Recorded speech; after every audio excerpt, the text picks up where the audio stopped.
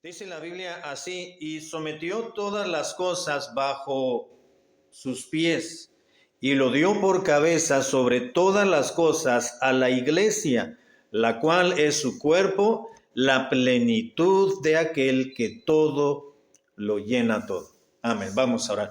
Padre bendito, gracias porque nos concedes estar un nuevo año, el primer estudio bíblico de este 2025. Te pido que así como nos has dado la oportunidad y la bendición de haber iniciado un nuevo año y buscado tu rostro para pedir tu bendición, tu socorro en cada aspecto de este nuevo año, así también en esta noche queremos pedir tu bendición y tu ayuda para entender lo que, no solamente lo que el apóstol Pablo quiso enseñarles a los hermanos, a nuestros hermanos en Cristo que pertenecieron a la iglesia de Éfeso en su momento, sino lo que tu Espíritu Santo quiere enseñarnos a nosotros en esta tarde, que podamos descifrarlo, que podamos entenderlo y que podamos reconocer tu palabra obrando en nuestras vidas. Te pido que nos des tu presencia, tu bendición, y la enseñanza de hoy pueda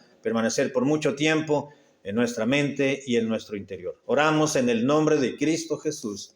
Amén. En el versículo 21 estuvimos mencionando la semana pasada que el apóstol Pablo está mencionando a diferentes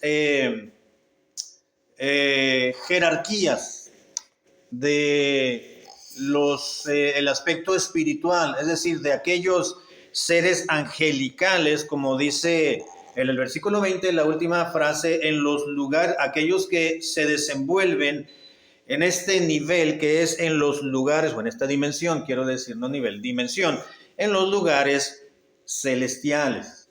Es decir, está mencionando sobre todo, versículo 21, sobre todo principado, sobre toda autoridad y sobre todo poder y sobre todo señorío, pero también y sobre todo nombre que se nombra. El apóstol Pablo parece ser que les está recordando, les está enseñando directamente a los hermanos de la congregación de Éfeso que el Señor Jesucristo fue resucitado mediante el poder de Dios, que es único y sin igual, y ese mismo poder que levantó a Jesús de los muertos, ese es quien se ha sentado a la diestra del Padre y que está por encima de cualquier dominio.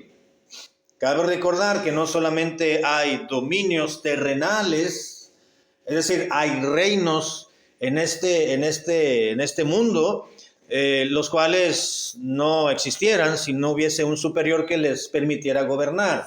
No, dice la Biblia en Romanos capítulo 13, el mismo apóstol Pablo menciona que hay autoridades superiores, y no hay autoridad sino la que Dios ha establecido.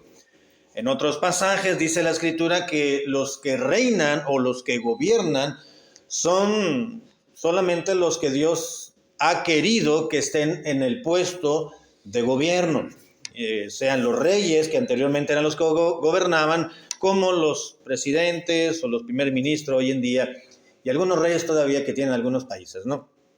En su forma de gobierno.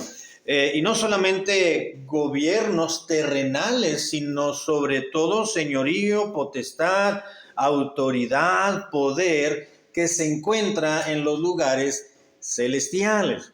Esto nos hace pensar y recordar, ahora que usted y yo tenemos la palabra de Dios completa, esas jerarquías que se encuentran en el plano o en la dimensión espiritual. Algunos teólogos han enseñado, o estudiosos de la Biblia, concuerdan en decir que no solamente entre los ángeles santos, así también como en los ángeles caídos, hay cierta jerarquía. No lo menciona aquí el apóstol Pablo, pero sí lo menciona el contexto general de la Biblia, que hay por lo menos 4 tipos, y esto lo mencionábamos, 4 tipos de ángeles. ¿Se acuerdan de algunos? Ya mencioné uno. ¿Cuáles son? Unos son querubines, ajá. Otros serafines, ¿qué otro? Arcángeles, y por supuesto lo que ya mencionamos, ángeles, ¿no? Como que el ángel es un término general, como para decir un soldado raso, es decir, un soldado en términos general, militar, ¿no?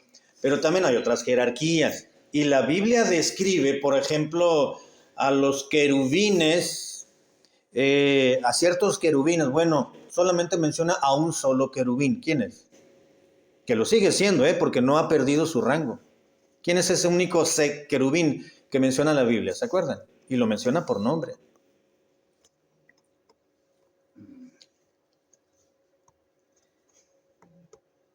¿Eh? Yo conocí un serafín, pero él era un hermano en Cristo, ¿no? Pero no era precisamente un angelito el hermano, era todo lo contrario, ¿no? Sí, hermano, iba a decir algo. Sí, se fue. Hablamos de serafines y hablábamos de querubines. En Isaías se menciona a un querubín protector, ¿se acuerdan? Pues es Lucero, hijo de la mañana, el que se convirtió en Satanás. Él es... Sí, sí, es un querubín, querubín protector. Tú que te sentabas a los lados del norte, comienza a describir el profeta. Bueno, Dios a través del profeta. Entonces, de ese término querubín protector, se deduce que los querubines son aquellos que están alrededor del trono de Dios, porque ahí estaba este querubín protector. Se cree que los querubines son los que protegen y están alrededor del trono de Dios protegiendo la santidad de Dios, excepto el querubín, ¿no? Que lo menciona por nombre, Lucero, ¿no? Hijo de la mañana, ese es el nombre de este querubín antes de haber sido expuesto a su maldad y Dios lo rechazó del cielo. No, se mencionan también serafines. Se menciona a un arcángel por nombre también. Hay arcángeles y uno de ellos se menciona por nombre. ¿Se acuerdan de uno? Exactamente, el arcángel Miguel y algo, una obra en particular o algo que destaca la Biblia acerca del arcángel Miguel, ¿se acuerdan? Él tuvo una labor en el Antiguo Testamento, pero no aparece en el Nuevo Testamento. Nos damos cuenta por el Nuevo Testamento que tuvo una obra en particular en el Antiguo. ¿Se acuerdan? Creo que es no recuerdo si creo que es en Judas, donde menciona Judas, la epístola, al finalizar la Biblia, bueno, el penúltimo libro de la Biblia, menciona que fue el arcángel Miguel el que contendió con Satanás, porque Satanás quiso quedarse o posesionarse con el cuerpo de Moisés, ¿se acuerdan? Entonces fue el arcángel Miguel, y ya nos describe Judas, que no se atrevió a proferir maldición en contra de Satanás, sencillamente dijo, pues que Dios te reprenda, ¿no? Se menciona al arcángel Miguel, al querubín, Lucero, se mencionan a varios nombres de ángeles. Serafines no se menciona algún nombre en particular, y ángeles se menciona algún ángel con nombre, y normalmente la Biblia los relaciona con los ángeles, por el contexto y la enseñanza bíblica, doctrinal o teológica, no tienen sexo en el sentido de que no se reproducen, fueron creados. Dios creó un solo número de ángeles o de espíritus ministradores, pero nada más. Ya no nos menciona la Biblia que Dios ha continuado creando más ángeles, sino que creó todas las cosas, el Señor Jesucristo propiamente, visibles e invisibles, dice la Escritura, las que están en el cielo y las que están en la tierra. Ya no se nos habla en ese sentido, son asexuales, es decir, no se pueden reproducir, pero sí se identifican con un género, con el género masculino, porque se menciona a Miguel, se menciona a qué otro, el mensajero que fue con María, ¿se acuerdan? Gabriel, exactamente, el ángel Gabriel, no era un arcángel, no era un serafín, no era un querubín, se menciona sencillamente un ángel. Y hay uno en particular, en cuanto a la angeliología, se menciona al ángel de Jehová en el Antiguo Testamento. Por supuesto que estudiando la angeliología, nos damos cuenta que el ángel de Jehová es una teofanía, es decir, es una aparición del Señor Jesucristo antes de su encarnación, porque a Dios nadie lo ha visto jamás, no, Él es espíritu, entonces Dios se refleja, vamos a decirlo así, o se da a conocer a través del Señor Jesucristo en el Nuevo Testamento, y en el Antiguo Testamento se dio a conocer a través del ángel de Jehová, de una manera visible, por supuesto.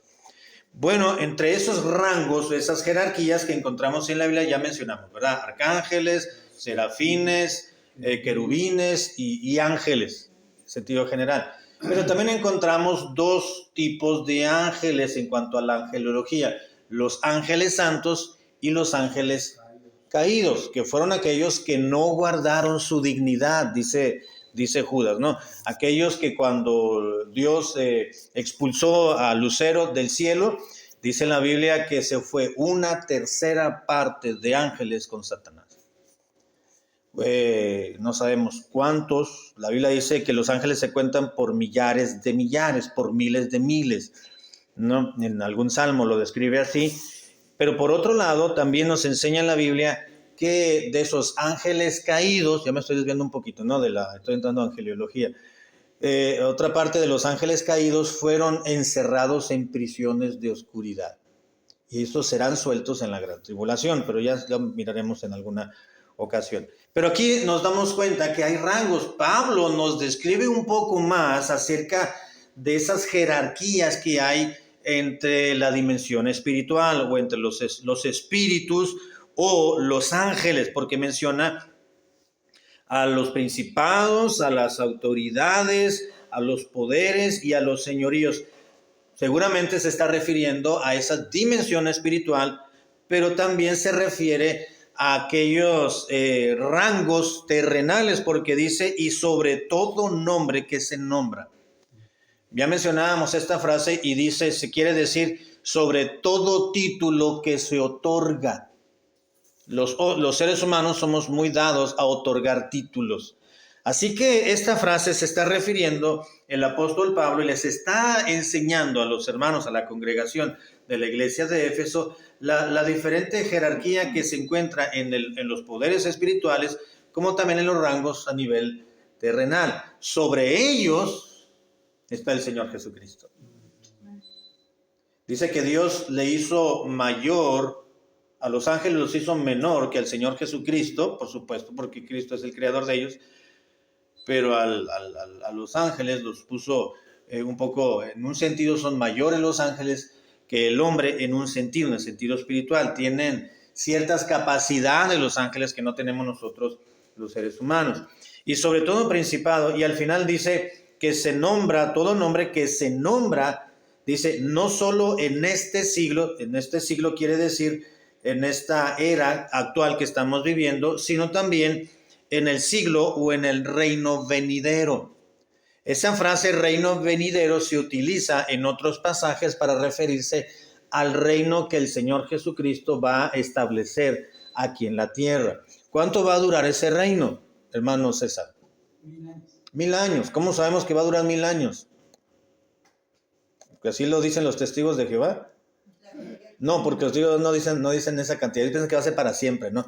Porque lo dice Juan en el libro de Apocalipsis, exactamente. El libro de Apocalipsis nos da ese dato en particular, que será por 1000 años. ¿Por qué por 1000 años? Porque por 1000 años le reveló el Señor a Juan, el apóstol, o el teólogo, como también se le conoce, que será atado Satanás, para poder vivir en paz. Si no, va a estar molestando y no es como si volviéramos a estar en este mundo, en esta condición, ¿no?, de naturaleza pecaminosa. Bueno, y luego entra el versículo 22. Y sometió todas las cosas bajo sus pies. Se está hablando del Señor Jesucristo. Es decir, Dios el Padre, a través de su magnífico, de su soberano, de su supereminente, altísimo, profundísima grandeza del poder de Dios, resucitó a Jesucristo, lo colocó a su diestra, lo sentó a la diestra del Padre en el cielo y sometió todas las cosas bajo sus pies, dice la Escritura. Es decir, Él es el que reina, Él es no solamente quien reina, sino quien juzga. Es el Señor Jesucristo a quien se le debe la pleitesía, pero es el juez de toda la tierra y de los cielos. ¿Se acuerda? La Biblia menciona que va a haber 2 juicios. El juicio del gran trono blanco, que es el juicio del gran trono blanco, será justamente el único momento en el cual los no creyentes van a estar en la presencia de Dios, y Dios es como si fuera a darles el fallo final de su condenación. Vamos a decirlo así. Porque no van a permanecer en el cielo, ya rechazaron la salvación. Es como si fuera a decir, rechazaste la salvación, tuviste la oportunidad, alguien fue, tu vecino, tu tío, tu abuelito, tu nieto, tu compañero, un desconocido fue y te habló, te entregó un folleto, te habló de Cristo, te invitaron a la iglesia y tú no quisiste, y fue tal día, a tal hora, y esta ocasión, y tal ocasión, y por mucho tiempo, por muchos años, se te estuvo invitando y jamás quisiste creer porque dijiste que la religión era para mujeres.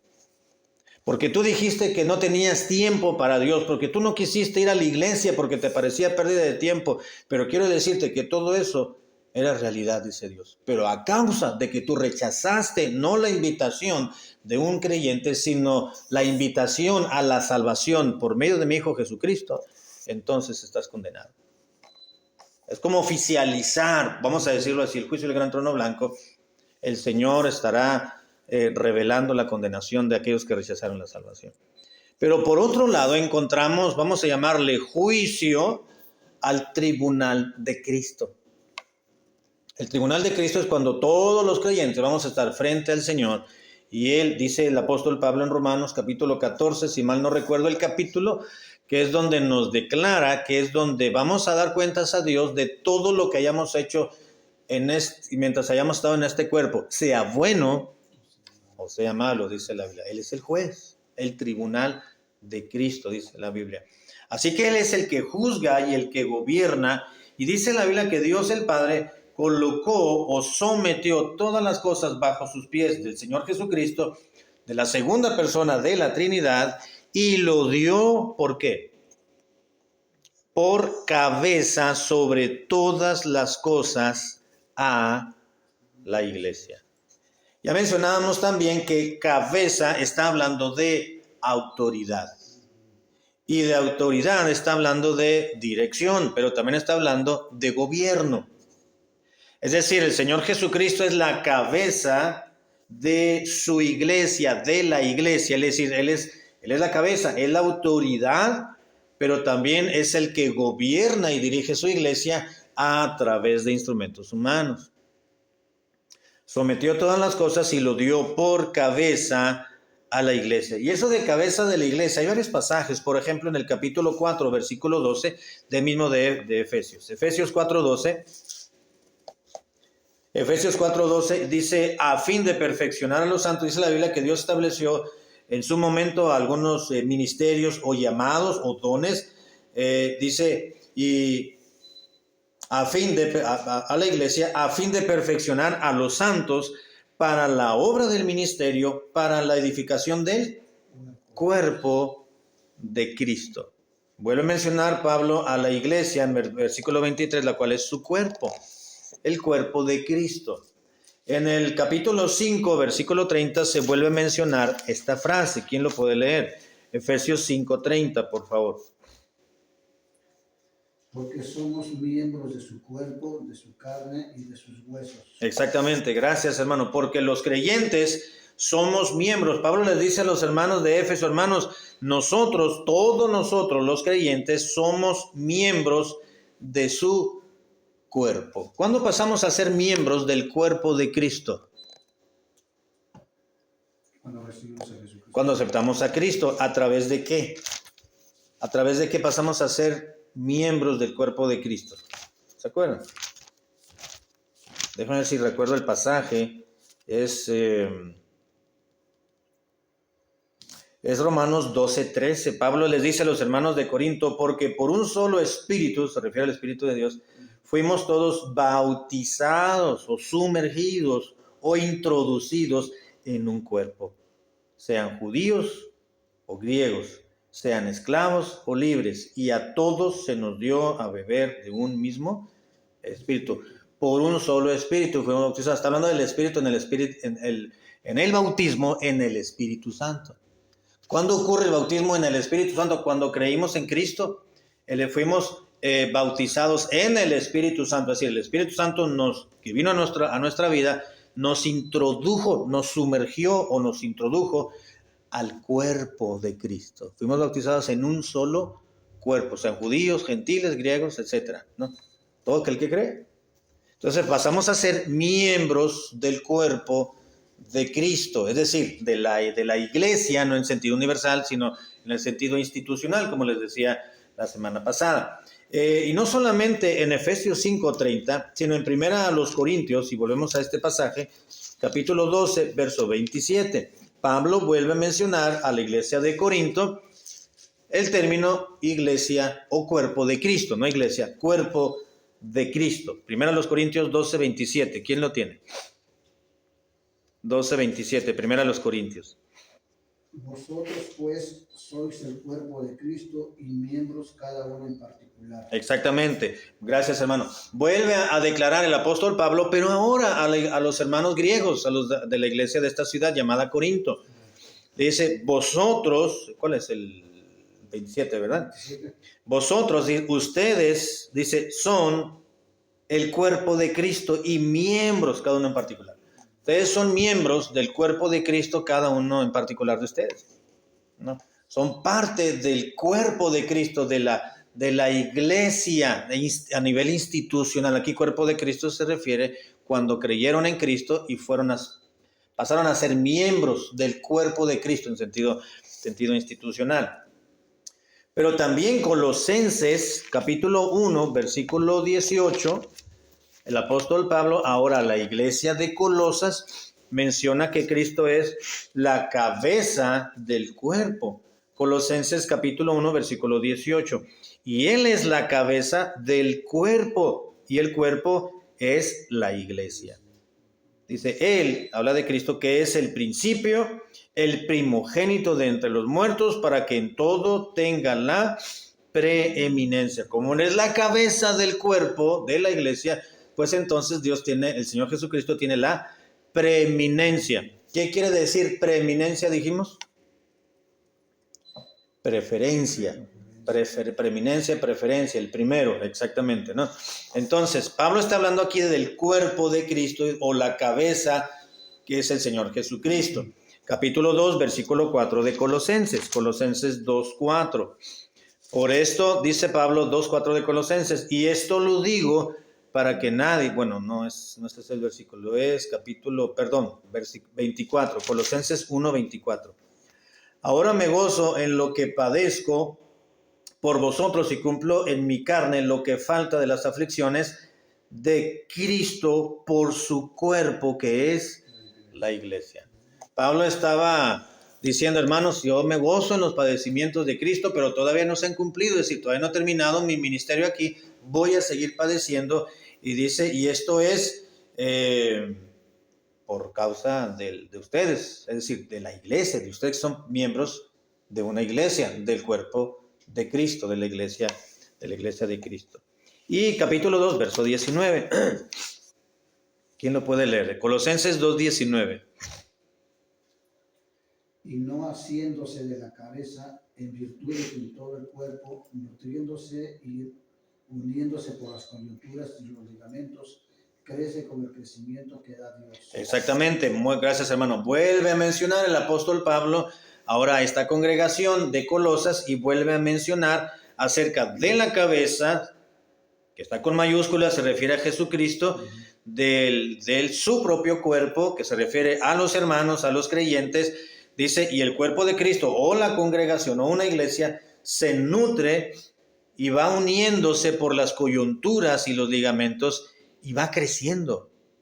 Y ese crecimiento lo da Dios, dijo el apóstol Pablo. Así que en estos pasajes de referencia es de lo que está mencionando el apóstol Pablo en el versículo 22 al final, que lo dio por cabeza a Jesucristo, lo colocó por cabeza de la iglesia, la cual es su cuerpo, dice la primera frase del verso 23, la plenitud de aquel que todo lo llena todo.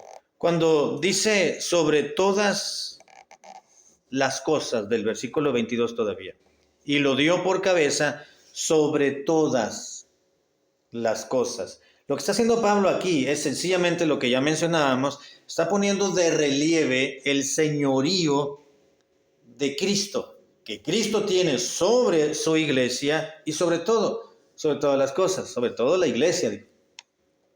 Él reina en el mundo entero, pero también en la iglesia, en cada congregación y en el cuerpo de Cristo, es decir, la unión de todas las congregaciones que existentes, y Él es la cabeza, y no solamente la cabeza de toda esa nivel institucional de la iglesia, sino de cada cuerpo local, es decir, de cada iglesia local. Él es la cabeza, Él gobierna, Él rige a través de su palabra, a través, como ya decía, de instrumentos humanos.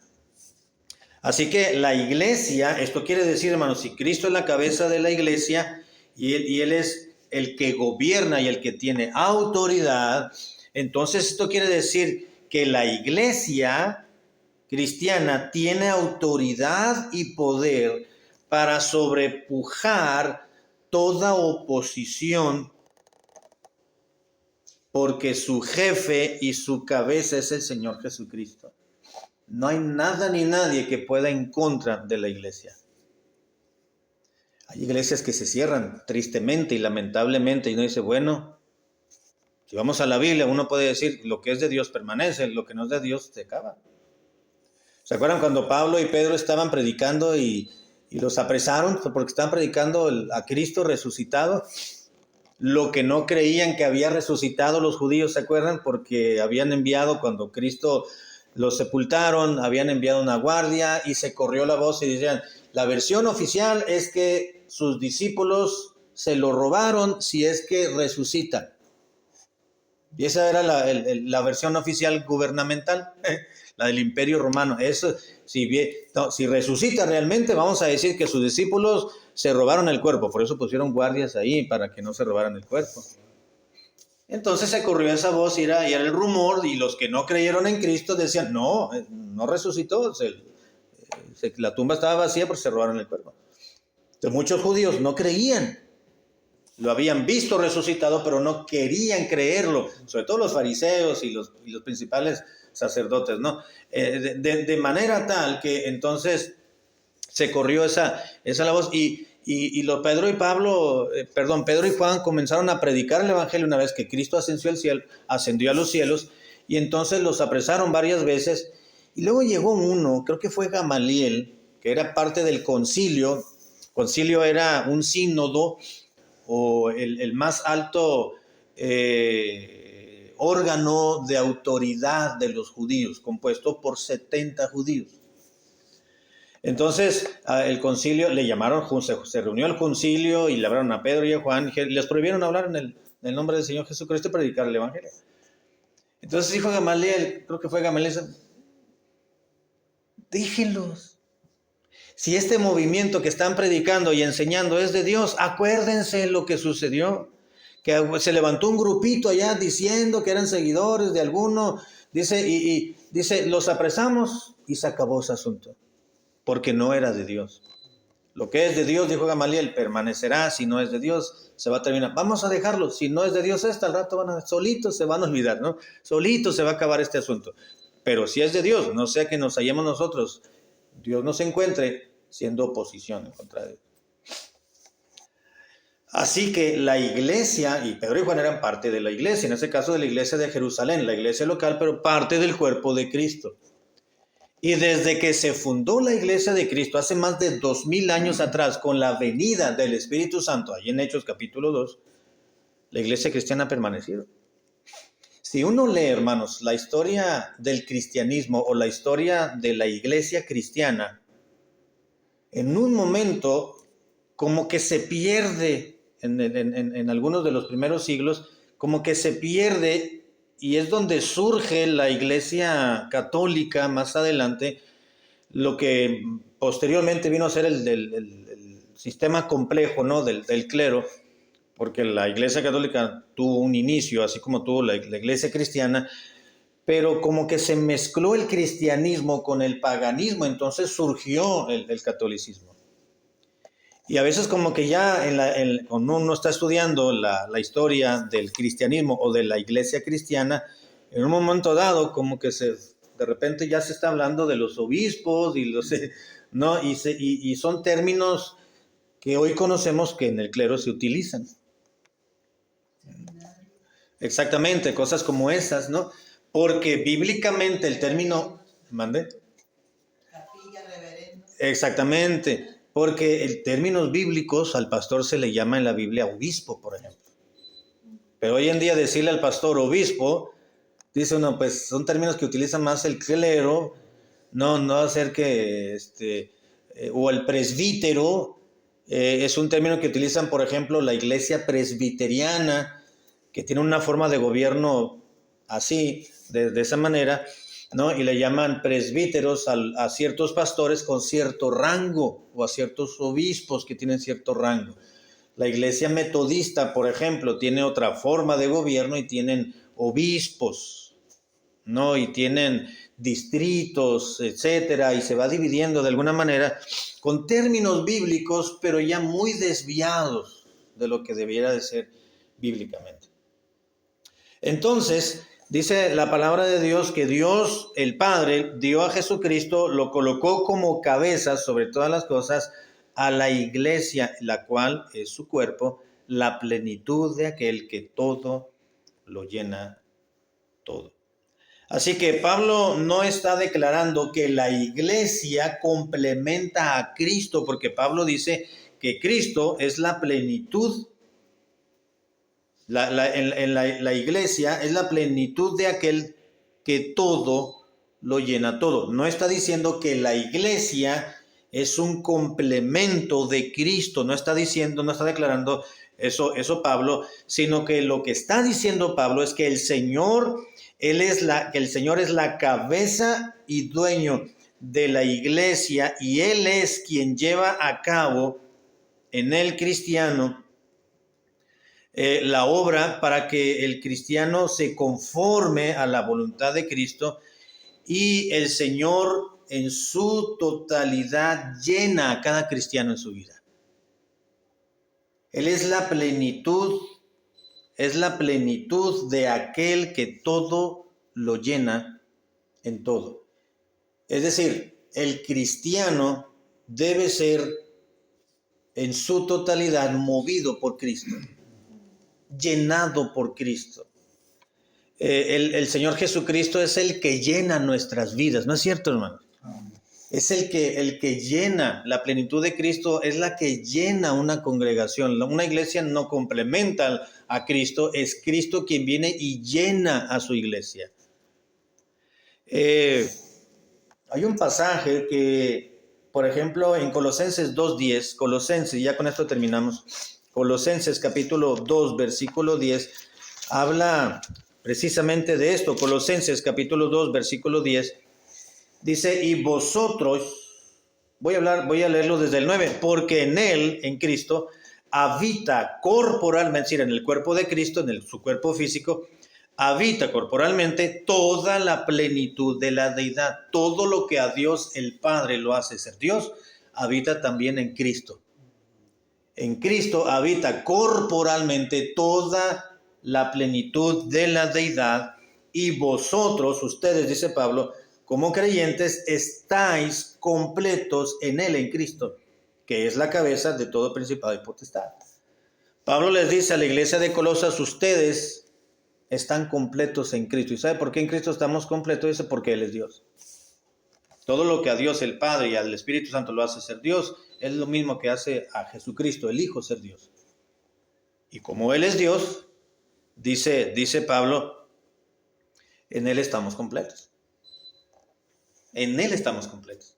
No necesitamos nada más, hermanos, para tener satisfacción en este mundo. Cristo es nuestra satisfacción. Claro, hay muchas alegrías y muchas satisfacciones en un sentido menor, ¿verdad? En este mundo, nuestros hijos van graduando, llevan a cabo proyectos en su vida y tenemos satisfacciones como padres, ¿no? Dios nos permite culminar una etapa en nuestra vida, un ciclo, iniciar otro, y nos sentimos satisfechos. Pero en ese sentido Dios también nos completa. pero en el sentido espiritual, y en el sentido moral, y en el sentido emocional y en todos los ámbitos, es Cristo quien llena nuestra vida. Esa es la razón por la cual nosotros como creyentes no necesitamos, por ejemplo, diversiones o atracciones como el mundo la busca. Y como cristianos, por ejemplo, terminamos un año y lo terminamos pidiendo la bendición de Dios y no la terminamos emborrachándonos, por ejemplo. Para llenarlo todo. ¿Mande? Para llenarlo todo. Exactamente, para tener una satisfacción. Ya estoy bien, me siento pleno, dice la gente, ¿no? Ya estoy bien, ya cumplí, ya llegué, ya terminé un año, ya cumplí. Me siento satisfecho, dice, pero ¿y dónde está Cristo en su vida? Porque el otro día está igual. El siguiente día vuelven y se levantan. Si tomaron, no, se levantan con una malilla que le llaman, no, o la coloquialmente llamada cruda, y vuelven a un mismo estado, vuelven a lo mismo, ¿no? que el año anterior. Y es un ciclo que se va repitiendo cotidianamente, diariamente, pero en Cristo no necesitamos bailar, no necesitamos ir a tal lugar y sí, es bueno de vez en cuando irse al campo y sentarse, orar, despejarse de la ciudad, porque es algo que salimos de lo cotidiano, del estrés, de lo monótono, de la rutina cotidiana. Eso es bueno, pero Dios utiliza eso ya en el creyente pues para aliviarnos un poco, desestresarnos, pero es Cristo quien realmente llena nuestro ser. Pablo, por ejemplo, aún estando en el estado santo del matrimonio, Cristo viene a llenar nuestra vida en el marido, en la mujer, en los hijos, en los padres, en la familia en sí. Y aquellos que no están casados, el Señor Jesucristo llena sus vidas. Por ejemplo, Pablo, ¿no? Pablo nunca se casó, ¿no? Y porque él tenía el don de continencia, por ejemplo, ¿no? Y lo menciona, y Pablo decía, esto es lo mejor, no estar casado. Porque Pablo les dice a los hermanos de ahí de la iglesia de Corinto, miren, padres de familia, les dicen, si tienes hijos en edad casadera, dice que se casen, pero si no los das en casamiento, haces mucho mejor. Porque el soltero tiene mayormente cuidado de las cosas espirituales, de dedicarse más al Señor, pero el que está casado o casada, dice, pues ya se dedica más a las cosas de este mundo. Se refiere al cuidado de un esposo y de una esposa. Dice, ya no tiene todo el tiempo como un soltero para dedicarlo al Señor, ¿no?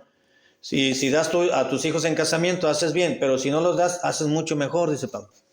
Pablo decía, en esta condición, pero no todos pueden llegar a ese estado, porque yo tengo el don, porque a Dios les ha dado ciertos dones, dijo Pablo. Y Pablo tenía el don de continencia, es decir, de no casarse y no tener necesidad de una compañía para el resto de su vida.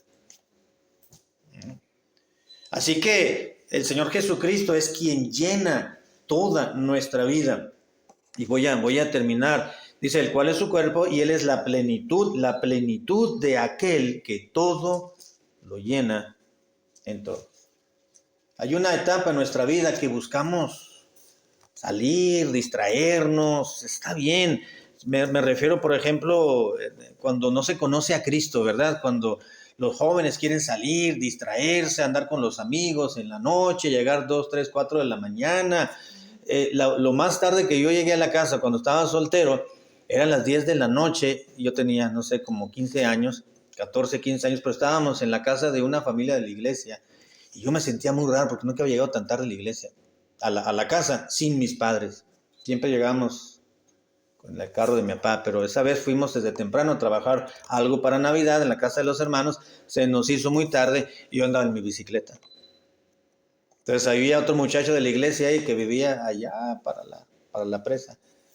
Y no había celulares, por supuesto. Estoy hablándoles entonces del 1900, ¿qué? No sé, 82, 83, 84, por ahí más o menos.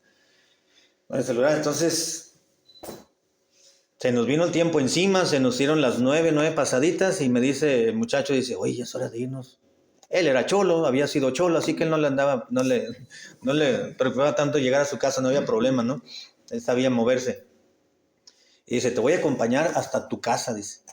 Nos vamos a ir en tu bicicleta. O sea, bueno, y ya, yo le había puesto unos diablos que le llamamos, unos atrás, yo me fui parado atrás ahí en la llanta y él se fue manejando y bajamos desde la Colonia Independencia. Ahí vamos por toda la calle, ¿no? Y pasamos por el centro y ya llegamos a la casa de mi papá. Y no se fue hasta que tocó y ya me entró. Y él explicó, hermano, pues se nos hizo tarde, aquí está, bla, bla, bla, y aquí está su hijo, todo bien. Dice. Ay, dice, gracias a Dios que ya llegaron. Y ya él se fue, caminando, tomó el camión verde y crema y ya lo llevó a su casa. Esa fue la única vez que llegué tarde así, que no sabían dónde andaba, ¿no? Pero una persona, y andábamos en algo bueno, estábamos en algo bueno, por supuesto, pero los que no conocen a Cristo quieren andar en buenos carros, quemando llantas, luciendo a la novia, o luciendo al novio, o yéndose a mostrar ropa cara, no lo sé, relojes caros. Un compañero de trabajo tenía delirio por relojes, compraba relojes de 30,000, 40,000, 50,000 pesos. Y tenía varios relojes y de esa cantidad de dinero, y cuando no tenía, le gustaba uno por internet, le pedía dinero prestado a un cuñado de él para comprarse uno y no los usaba, pues tenía muchos. Está bien tener allí algún centenario, tener algo caro, querer tener ahí para una urgencia, pues no pasa nada, ¿no? Pero tener un delirio como este compañero tenía, no, yo decía, ojalá se le caiga uno, ¿no? Y se lo recojo yo ahí, para después ir a empeñarlo. Pero el creyente es el Señor Jesucristo quien llena nuestra vida. Que Dios nos ayude, hermanos, que Dios nos ayude a apreciar lo que Dios nos ha dado. Todas aquellas bendiciones que tenemos, ya las tenemos, ya somos poseedores de ellas. ¿Se acuerdan que ya miramos ese versículo empezando al inicio del capítulo 1? Ya tenemos las bendiciones de Dios. Que Dios nos ayude a apreciar lo que tenemos, a apreciar la oportunidad que tenemos de iniciar un nuevo año. La oportunidad que tenemos de la salud. Quizás no tenemos salud como quisiéramos, pero estamos con vida. Quizás no tenemos un carro. Yo venía caminando ahorita y pensaba, qué frío hace con mi esposa aquí caminando, y con 2 carros y descompuestos los 2, ¿no? Pero ya vamos a tener uno pronto. O vamos a arreglar el otro, ¿no? Ya esperemos que la próxima semana. Se desespera uno por los medios, los recursos, pero darle gracias a Dios porque podemos caminar, ¿no? Porque hay gente que no puede caminar. Gracias a Dios que tenemos nuestros sentidos, nuestras capacidades, y darle gracias a Dios por lo que tenemos, porque en Cristo estamos completos. Bien, vamos a orar, hermanos, para terminar nuestra meditación. La siguiente semana continuamos con más.